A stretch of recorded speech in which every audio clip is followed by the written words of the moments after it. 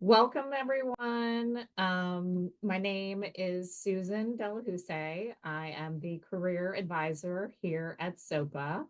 And thank you all for joining for your Supercharge Your Job Search with AI.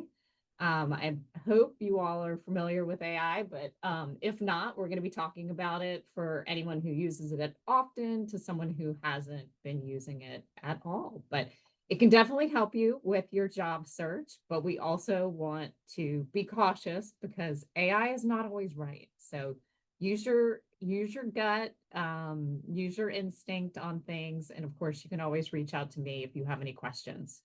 So let's get started. So starting with your resume, we're going to use my resume as an example. And I just didn't want to use a student's as an example because I didn't want to divulge anyone else's information. But when we're looking at someone's resume, mine is very like formal corporate. Students in our media and design program and our tech program, theirs might look a little bit different, but we do want our resumes to go in a certain order and always have your name up at the top, a professional email address, and we want one email address, not two. Then your cell phone number, city and state. And I do like to hyperlink things. So this will take a recruiter directly to my LinkedIn page. Recruiters do look at your LinkedIn, and we will cover it, LinkedIn today and how to use AI to help you with your LinkedIn. And so help the recruiter just for it to be one click for them to take you straight for to get to your LinkedIn page because they're going to be searching for it anyway. Regarding your bullets on a resume, I do suggest you write them yourself, and you can get a little bit of assistance from AI on things like action verbs to start your bullet with. You don't want to use all the same action verbs. Of course, some of them you can repeat, but if you see here, I've used a lot of different ones. So you want to make sure you're not starting each bullet with the same action verb. And you can go to ChatGPT or whatever I just use that kind of as a brand name. You can go to whatever you use, if you use Claude or Perplexity. I know a lot of professors have been using Perplexity, and ask, you can say, what are some other, or I'm working on my resume. Oops. I'm working on my resume and I need some action verbs.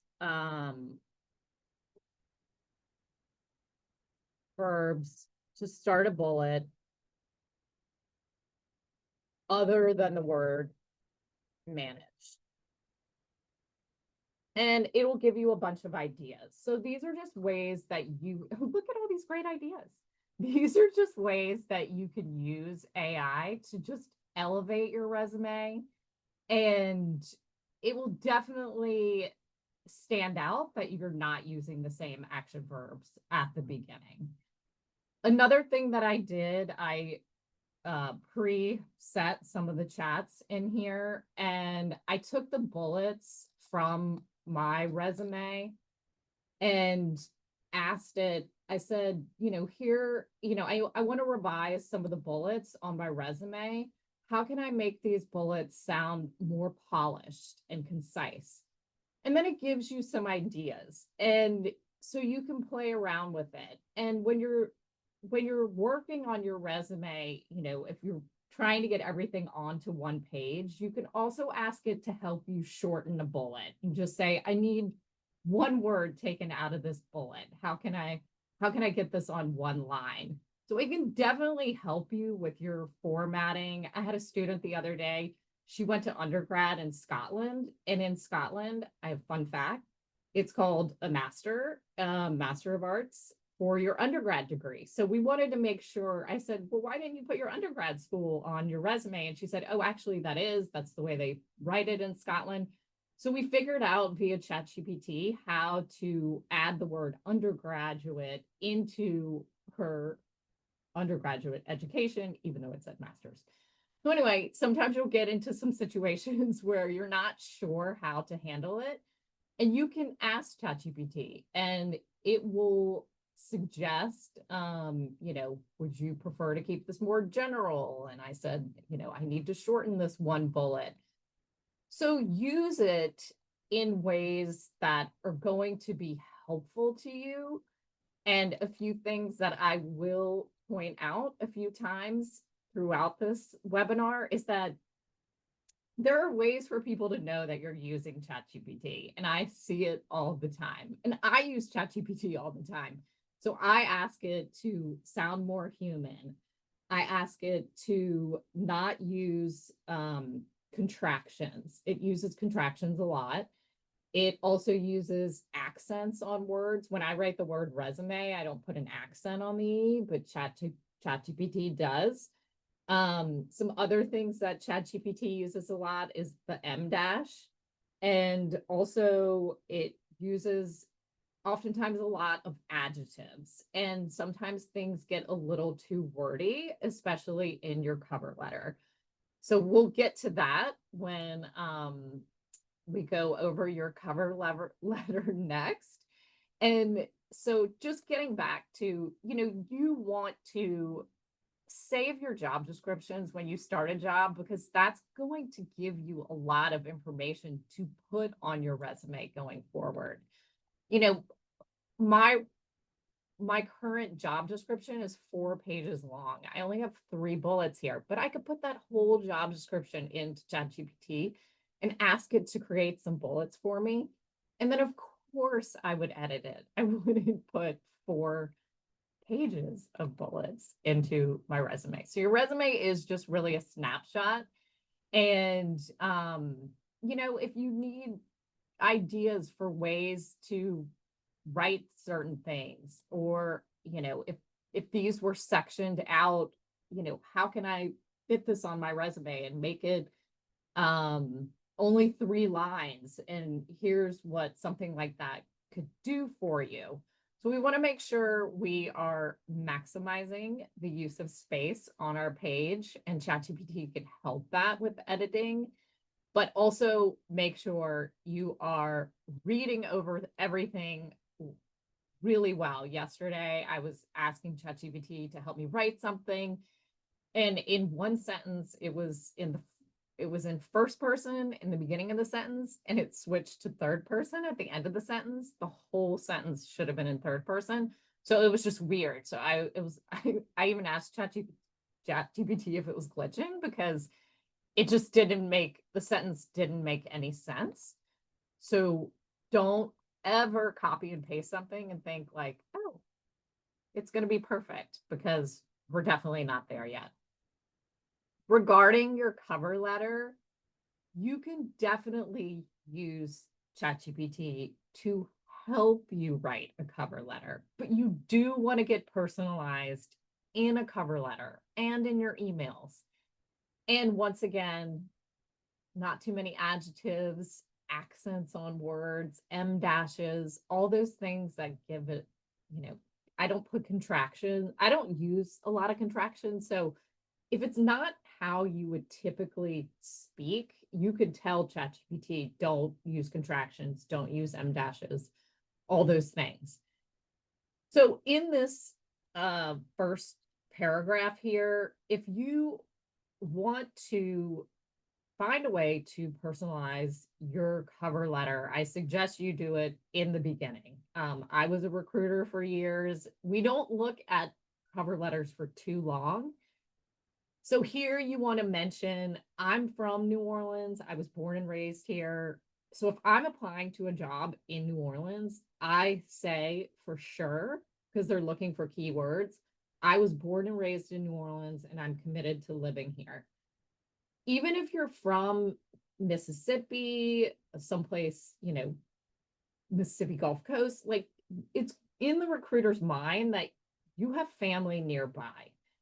It's okay if you're moving to San Francisco and you don't have family there, because most people who live in San Francisco aren't from there. So any of those transient cities, don't worry about that. If there is a friend who recommended that you apply for this job and they work at that company, then include that in that first paragraph. They'll want to go talk to that person and ask them about you if it's a former colleague or classmate. But this is where you're going to use ChatGPT to help you write your cover letter. And I went to Indeed.com and I found a job yesterday, a career counselor for Lighthouse, Louisiana. So I took the job description and I put it into ChatGPT and I asked it, I'm applying for this job. Here's the job description. And then I took my experience and I put that in and I said, I need a cover letter. ChatGPT, in my opinion, always the cover letter is too long. A recruiter does not want to see a really long cover letter. And this one's okay, but it's not as short as I would want it to be. So I would play around with it a little bit. Usually my ending paragraph is just 2 sentences. This middle paragraph is fine. So oftentimes I ask it, to make it shorter. And then maybe I'll copy these into Word and I'll play around and I'll use certain sentences that I like. I'll take out words, I'll add words, but then also go back, spell check, make sure you did it all right. You're not repeating yourself. Of course, you can get ideas from ChatGPT, but you want to make it your own. And like I said, they will know if ChatGPT writes it, if it's too perfect. I sent an email today with a typo in it, and I laughed at myself thinking, well, at least this person knows I didn't use ChatGPT because there's a typo in my email. So I definitely try to write my own, emails, and sometimes I'll ask for a little bit of help if I am struggling, but I just like to keep it in practice. And so here on LinkedIn, there are some fun ways for you to update your profile. And,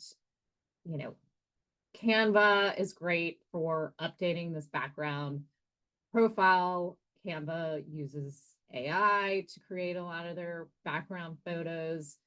We will be hosting professional headshots for SoPA students coming up at the beginning of next month. There are ways that you can create photos, professional headshot photos of yourself online using AI. If you submit a bunch of photos of yourself, it can put you into a suit. I'm not sure if I recommend this yet, but I did see this done at a conference and it looked pretty good. So maybe we're not there yet, but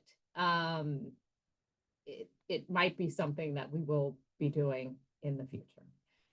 And so I do believe all of these things are coming. So I asked ChatGPT, I like to change up my LinkedIn from time to time. So I took this header and I went into ChatGPT and asked it, currently, this is my LinkedIn profile header. How can I make it more dynamic? And as you all have probably been told, it's all about the prompts, right? And so I liked the answers that it gave me, all of these different options. And then maybe I wanted a little bit shorter, or maybe I wanted a little bit punchier, but I thought these were all great new options. And so that was a one and done. That was a win for me on ChatGPT. There are other sections. ChatGPT wrote this for me. I wanted to make sure that these top three lines were really concise, and then I wanted a few things to pop. This used to be a little bit longer, so recently I asked ChatGPT to actually shorten all of these because realistically, no one's reading all of it. So I'm all about making things stand out and not having this be just a bunch of paragraphs that aren't distinctive. And there is a website that I'll share with y'all where you can get all of these little icons to add to your LinkedIn profile, and also ways that you can bold things, because LinkedIn only offers just this regular font. And I'll follow up with an email to everyone after this so you can do that if you would like. And I just always suggest you go look at someone's profile that you admire, you like the way theirs looks. Don't copy theirs exactly. People have done that. They've copied my headline, which is fine. And try to emulate that. And one other thing that is really great is making a LinkedIn connection after you've applied for a job. And let's say I applied for this job, and I've not tested this. Let's say I applied for this job at Lighthouse, Louisiana. So we're live here testing this. I'm going to look for Lighthouse, Louisiana, see if they have a company page. And they do. And look at their people. And this is a great way to connect with someone after you've applied for a job. So there's multiple ways that you could find a connection piece. And so I could see if anyone who works there went to Tulane. That did not work. And that's okay. Another connection piece would be to find someone on here who works there who is in HR. Or I could see if there's someone on here who went to my high school, or someone on here who went to my undergrad. And oftentimes we have mutual friends. So these are all ways I have a lot of mutual connections with someone. So we're just going to use this as an example. And if I'm going to connect with someone, I'm going to add a note, especially if I just applied for a job there. And I can only use 300 characters. So this is where I go to ChatGPT, and I did do a sample of this already using a different, I use just a different example, but I want to connect with someone on LinkedIn and I can only use 300 characters or less. I applied for a marketing coordinator position at a company and found someone on LinkedIn who works there, attending Tulane, where I am in school. And this person is connected to my career advisor, Susan. I want to make those connections and just ask if they are open to connecting.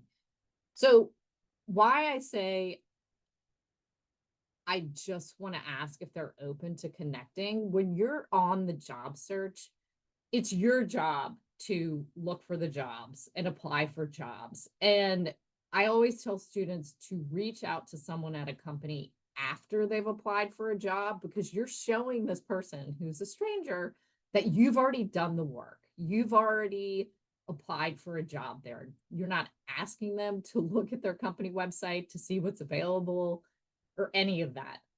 And you can't attach your resume if you're trying to connect with someone and you're not connected with them already. But if they do reply to you, that's when it's free range. You can respond back and attack, send a copy of your resume, things like that. So you want to just ask them if they're open to connecting, but what you also want to include are some keywords.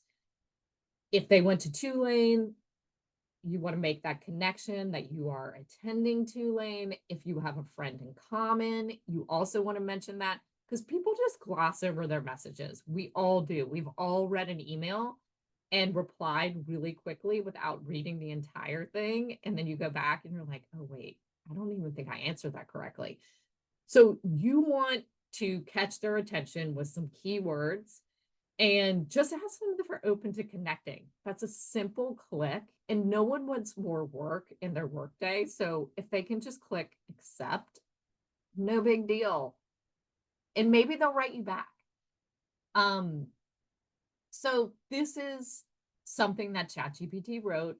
That's an opener, and you can edit it, but sometimes it's hard with the character limits, which is why I turn to AI to help me write it. Because sometimes, I mean, look, this is all pretty wordy, and sometimes I get too wordy and I need it shorter. So that can be really important.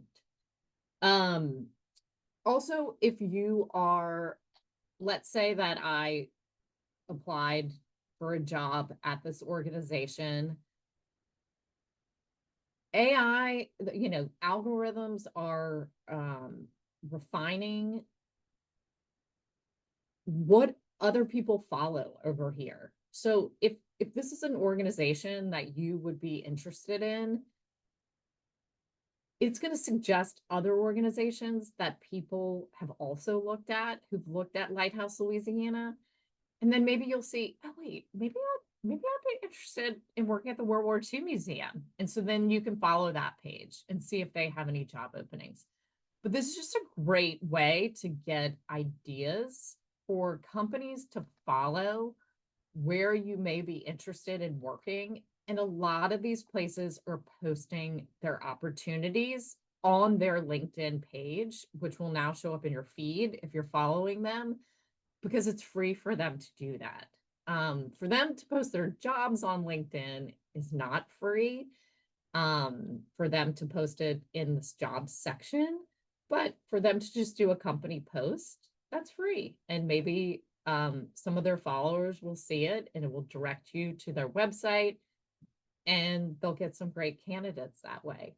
So think about, every time you look at a page where maybe you're interested in working, also see what other pages people are following that may be similar, and, do a deep dive into some of these other places that maybe you've never heard of before, but you go to their website and they have a careers page and they have a great opening that you had never thought of.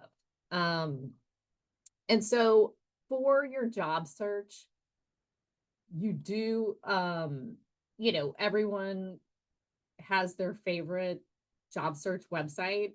Mine, I'll admit, is Indeed. And I like it today. Maybe I won't like it 5 years from now, and that's okay.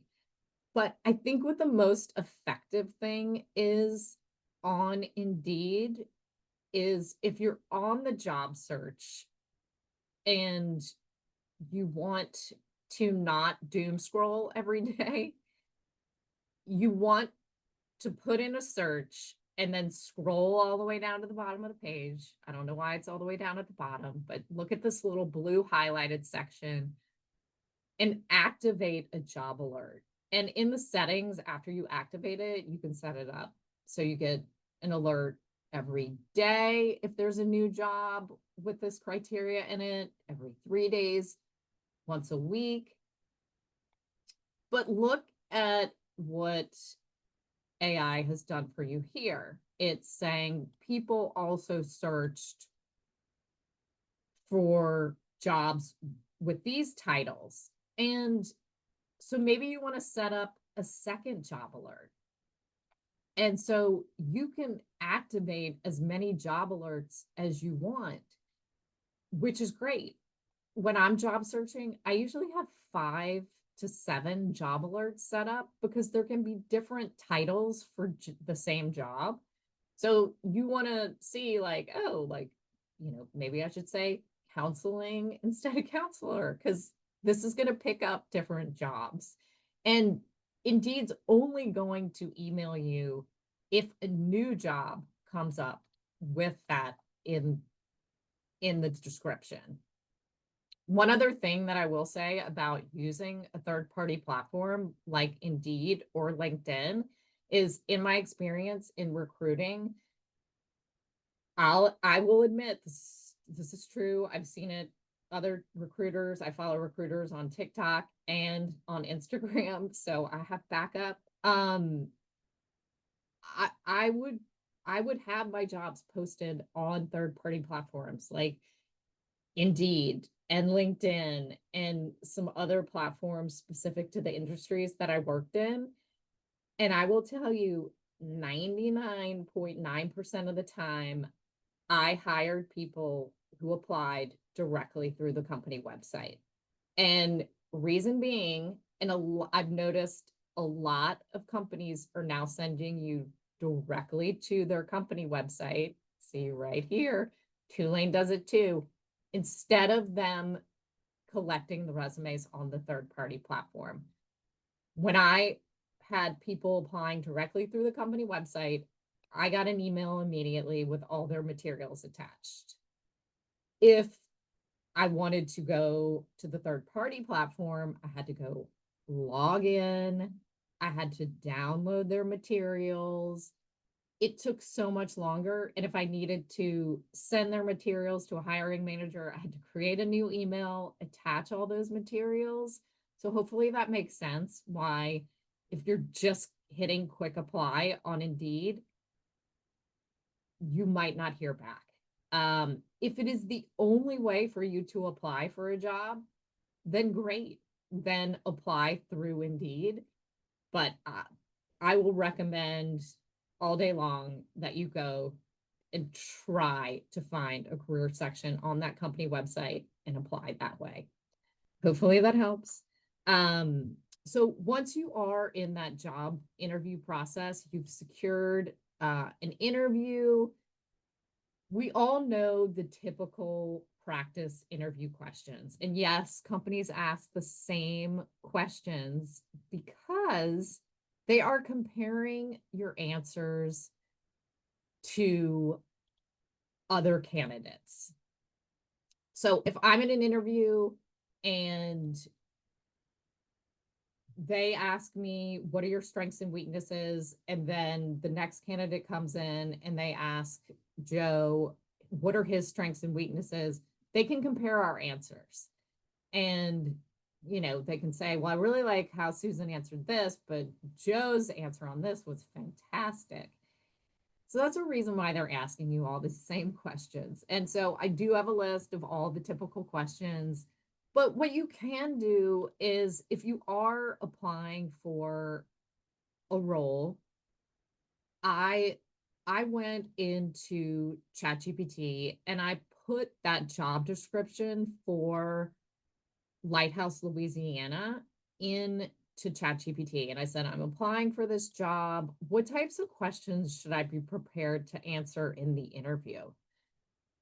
And so it's going to be a little bit more specific than the typical interview questions. Now, you do want to be prepared to answer the typical interview questions, but you also want to be prepared to do a little bit more of a deeper dive if they are going to ask you these questions.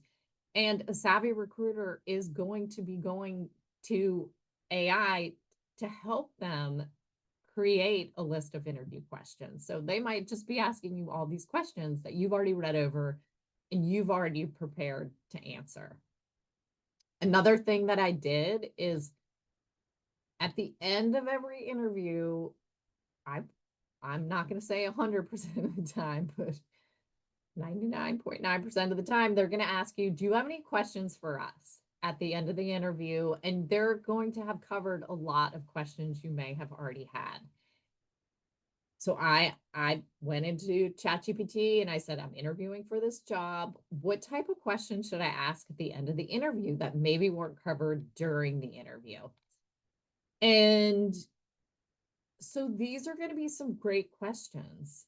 And I had a student I was working with, and they were on their third round of job interviews with the company.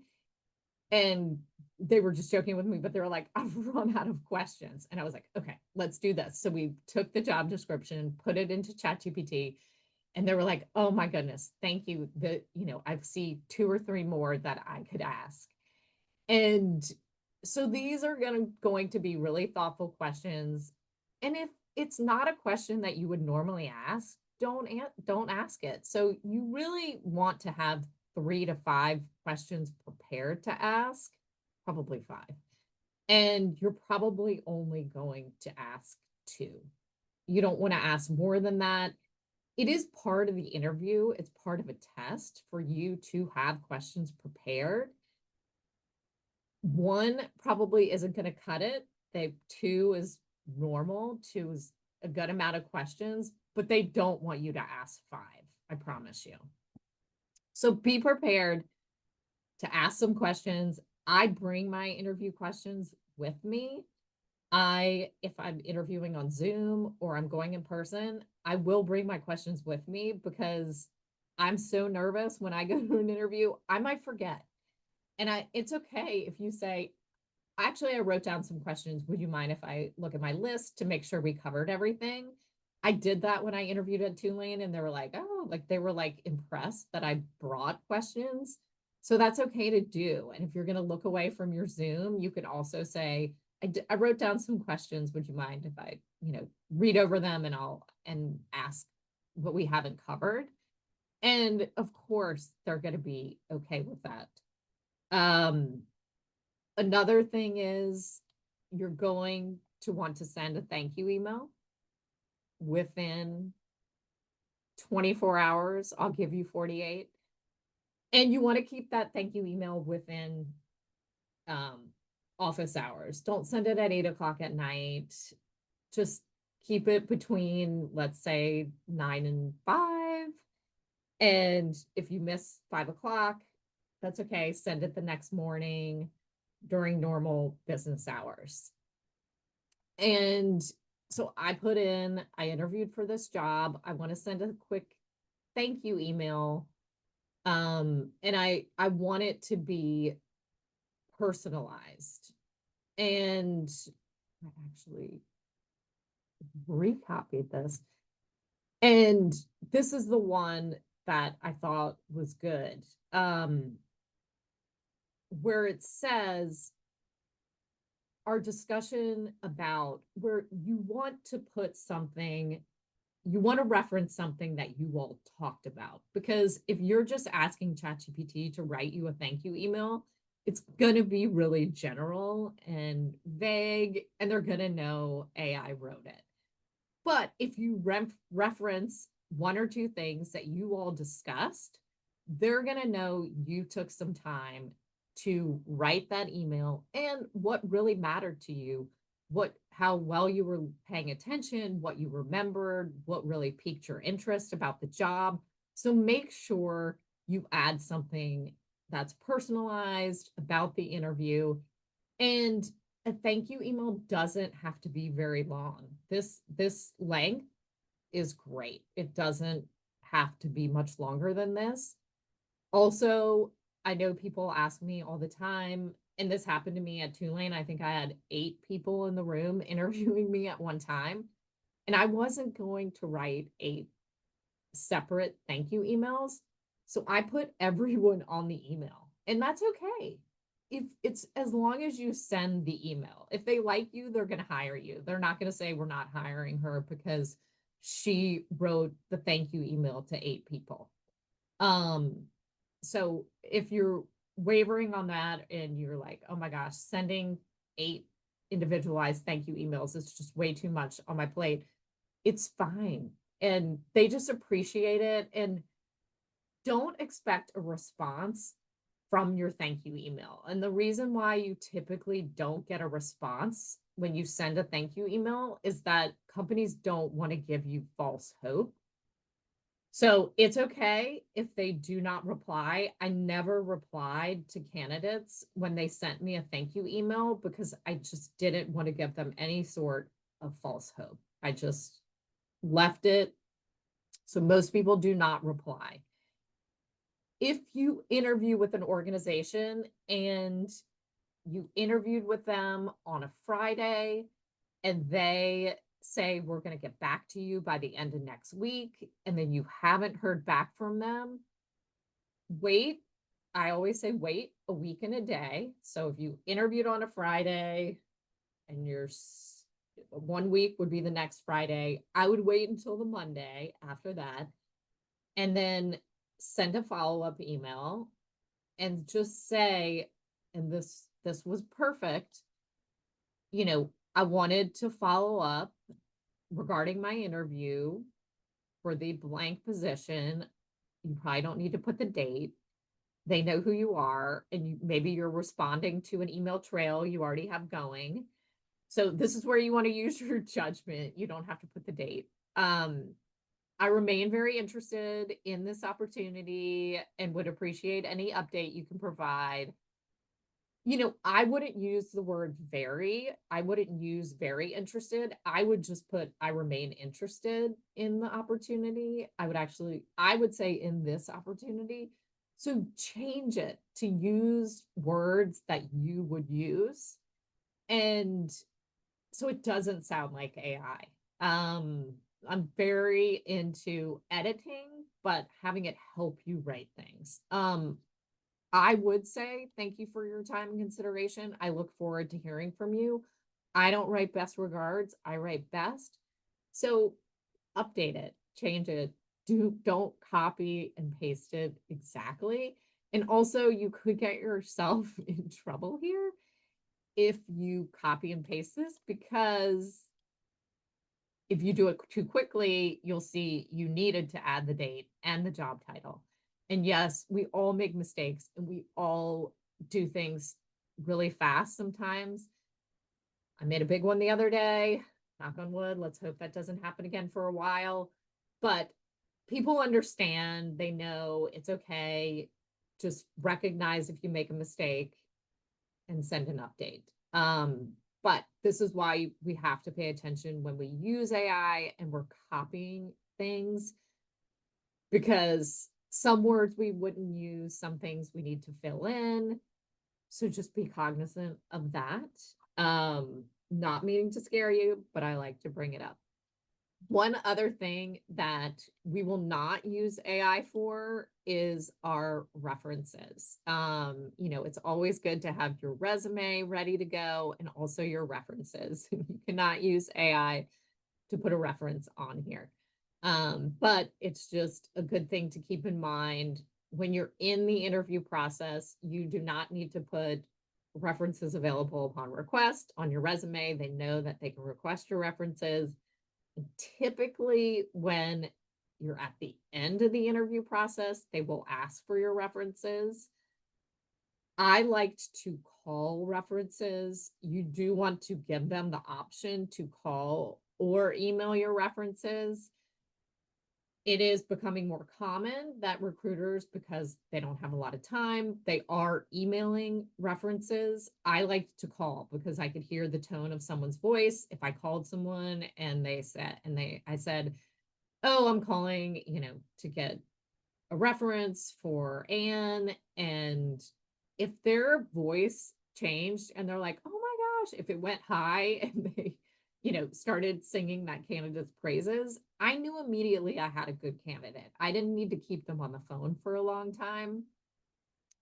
But what I do want you to do is, if you put people down as your reference and you are interviewing for a job, I always reach out to those people via text and I say, separately, I say, I want to let you know I'm interviewing for this job. You give them the title, where you where you interviewed, please look out for a phone call or an email from Tulane University, and let me know if you have any questions about it. And usually those three people will do thumbs up, or they'll let you know that they received the call or the email and that they completed it. Just it'll give you peace of mind.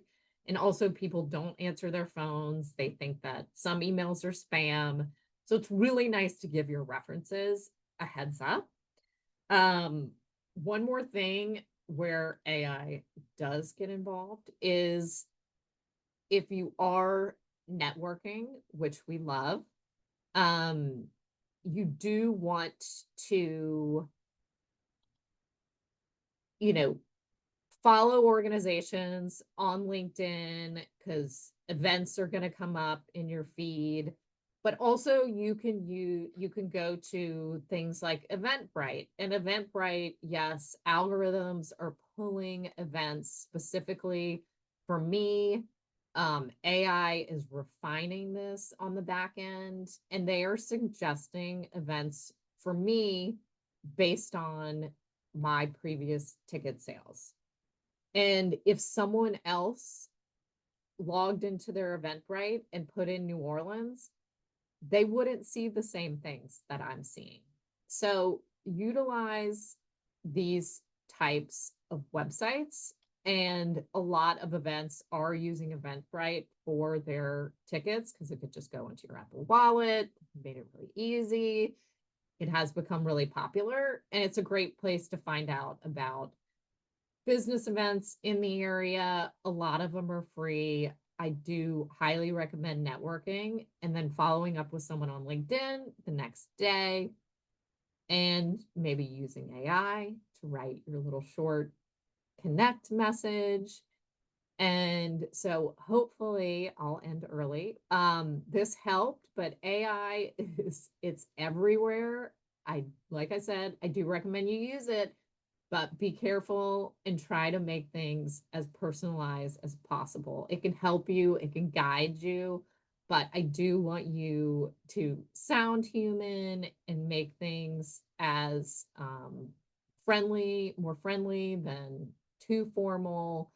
And just make sure you're looking out for too many adjectives, contractions, em dashes, and accents on vowels. Things that you wouldn't normally do, don't use them. So I appreciate you all coming. Hopefully, some of my tips helped. And if you need anything, definitely don't hesitate to reach out and make an appointment with me if you are a SoPA student. So thanks for attending and have a great afternoon.